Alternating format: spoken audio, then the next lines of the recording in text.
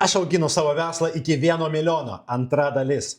Šiandien gavau sertifikatą. Tapau Daho kamero treneriu. Ir kaip viskas prasidėjo? Prieš porą mėnesių gavau kvietimą padalyvauti mokymuose Rygoj. Objektų turėjau krūvą darbų, krūvą laiko nėra tokiems dalykams.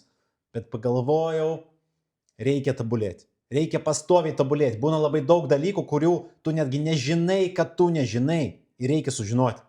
Tai aš nuvariau į objektą, iš ten staigiai į Rygą, po kelių klausiau teorijos dalis ir atvažiavau kaip tik laiku, kai praktika prasidėjo, kai jau pačių kamerų programavimas. Ir sužinojau daug naujo apie naujus modulius, apie dirbtinį intelektą, apie tą, kas mus lauks ateityje šitoj srity.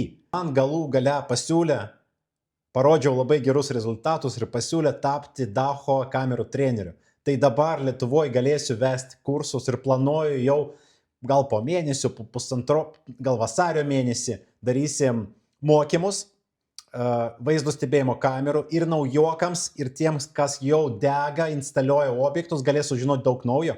O kas man yra gerai, kas yra mano verslui gerai, tai aš turėsiu progą ir galimybę susipažinti su gerais instaliatoriais, kurios pakviesiu dirbti pas save.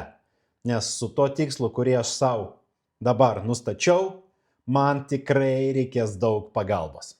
Būtinai sekit šitą paskyrą, kad sužinoti, kurgi nuves šitą kelionę mane. Spauskit laikus ir komentuokit. Gerų kalėdų!